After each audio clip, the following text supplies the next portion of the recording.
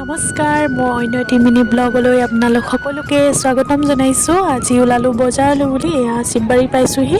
Shivbari factory এখন wall দেখিছে নহয়, এয়া কাষেদি গৈ আছোঁ। এয়া শিৱবাৰী মন্দিৰ হয়, শিৱ মন্দিৰ।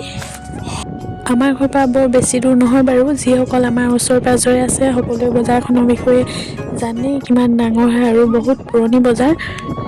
মোৰ লগতে আপোনালোকো আহি থাকক সেউজীয়া পৰিৱেশৰ মাজেৰে। মই এইখন বজাৰলৈ নহা প্ৰায় 10-11 বছৰ ওপৰত হ'ল বুলি ক'লেও বেয়া নহ'ব। সৰু থাকোঁতে খুৰীহঁতৰ ভণ্টি আৰু মই 30-40 টকা পইচা লৈও এখন বজাৰলৈ অহা মনত আছে। দুয়োজনে খোজকাঢ়ি এইটো ৰাস্তাই দিয়ে গৈ আছিলোঁ। চাওকচোন, এতিয়া ভাবিলে বৰ আচৰিত লাগে এই দিনবোৰ। মানুহ দুনুহো ইমানকৈ নাই। চাওক, আপোনালোকে নিজে অনুভৱ কৰিব পাৰিছে চাগৈ। আপোনালোকক ক'লে হয়তো বিশ্বাস নকৰিব, কিন্তু সেই দিনবোৰ মনত পৰিলে বৰ আচৰিত লাগে। আমি কেনেকৈ যে আহিছিলোঁ, কিন্তু আজিকালি এনেকৈ আহিব পাৰিবনে বাৰু? যিটোহে দিনকাল পৰিছে। কথা বাৰ্তা পাতোঁতে আকৌ এইফালে আমি বজাৰ পালোহিয়ে। এয়া চাওক, আজি বজাৰত মানুহ কিমান হৈছে।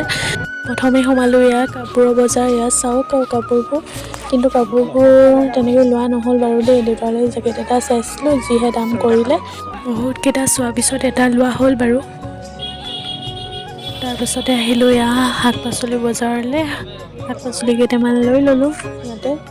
এতিয়া আহিলোঁ আকৌ মাছ ল'বৰ কাৰণে। আমাৰ ইয়াত শিঙি মাছৰ কেজি 600 টকা। আপোনালোকৰ চাইডে বাৰু দামবোৰ কেনেকুৱা জনাবচোন। এতিয়া আমাৰ বজাৰ কৰি মেলি হ'ল। তেন্তে আজিলৈ ভিডিঅ'টো ইমানেই। ভিডিঅ'টো চাই কেনেকুৱা পালে জনাব।